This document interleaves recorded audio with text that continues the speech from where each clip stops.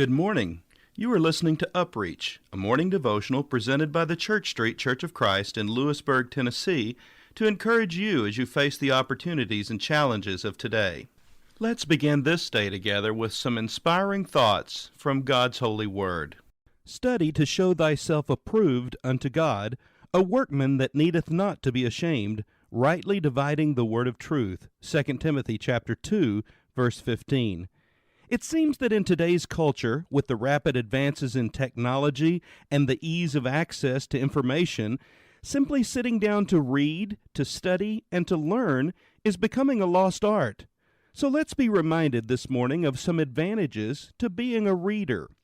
The person who reads will never be lonely. Between the covers of books, he will find people who will become very real to him, and thoughts which will ever keep his mind employed. The person who reads will never be bored.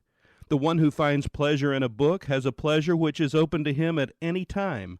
No one can use his leisure with profit and without boredom who never reads a book. The person who reads will never be ignorant. He will be in constant touch with minds far greater than his own. A preacher without a library is like a workman with no tools. The preacher who ceases to read will also soon cease to preach in any real sense of the term. He is a bold man who thinks that he can afford to neglect what the great minds of the past and of the present have left to him. Perhaps the decline in preaching is due to the fact that so many of us spend too much time at committee meetings and too little time in our studies. The person who reads will never be restricted. By means of books, he can live in any century, move in any society, travel in any country, match himself with and against any thought. Reading will save one from narrow-mindedness, from small-mindedness, and from forgetting world issues because he's immersed in local politics at a simple level. To read is to have the horizons widened and the mind stored. To the Christian, there is always the book of all books, the Bible, to be read. He may study it for a lifetime, but he will never exhaust it. The more strenuously and determinedly he studies it, the more it will give him. What about you today? Are you regularly reading and studying God's Word? If not, it is not too late. Why not get started today?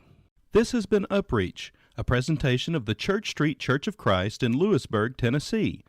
I am Kyle Bolton, the pulpit minister at Church Street, and I would like to personally invite you to come and share times of Bible study and worship with us each week. We meet every Sunday at 9 o'clock a.m. for our morning worship, followed by our Sunday school for all ages at 10:15 a.m.